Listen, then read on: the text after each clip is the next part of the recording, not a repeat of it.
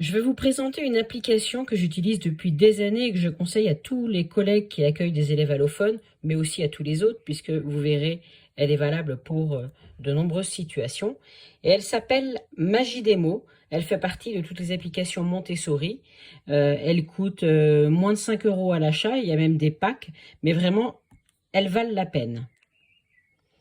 Alors, elle va se charger. L'avantage de cette application, c'est que l'enfant va apprendre l'écriture des mots et surtout, il va entendre le son des syllabes qu'il compose. Donc, c'est très intéressant dans l'apprentissage de la lecture. Il y a, depuis une mise à jour, il y a quelques années, différentes étapes où l'enfant va d'abord recopier le mot et ensuite, il devra l'écrire sur le principe d'une dictée. Donc, voici l'application qui s'ouvre. Bienvenue dans la magie des mots. Voilà. Alors, comme je vous le disais, apprendre en recopiant. L'avantage, c'est que vous avez des mots qui sont rentrés dedans, mais surtout, ce qui est intéressant, c'est que vous allez pouvoir créer vos propres listes. Et ce qui est intéressant, c'est qu'on peut aussi rajouter des images. Donc, par exemple, si je prends Écrit. ici Rouge. couleurs, donc j'ai fait une liste avec les couleurs. L'enfant va devoir recomposer le mot et surtout, il entend les sons. Roux. Rouge. Rouge. Écrit. Voilà. Jaune. La deuxième étape, excusez-moi, ça va être les lettres mélangées. C'est-à-dire qu'il aura Rouge. les lettres du mot qu'il pourrait entendre à tout moment en cliquant ici.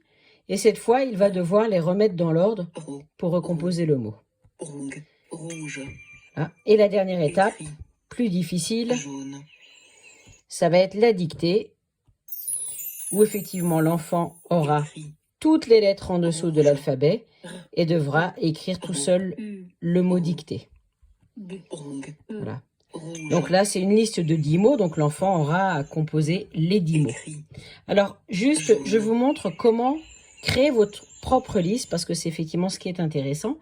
Vous cliquez en haut à droite sur « Mes listes » et vous allez pouvoir en rajouter en appuyant sur « Plus » ou bien en éditer pour les modifier. Par exemple, là, je vais prendre les couleurs et je vais l'éditer. Donc, voici ma liste de couleurs.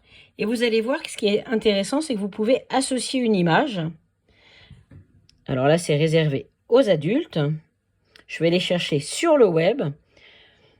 Et donc, ça me montre des images qui incarnent le rouge. Donc, je vais par exemple choisir celle-ci. Voilà, je prends vraiment que du rouge.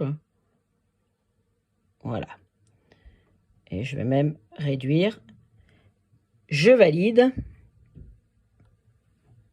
Et voyez, maintenant, quand l'enfant utilisera cette liste, écrit rouge, il aura une indication ou une image qui lui montre de quoi il s'agit. Donc ça peut être intéressant, y compris pour mettre les prénoms, et faire une liste des prénoms des enfants de la classe en ajoutant une photo des enfants.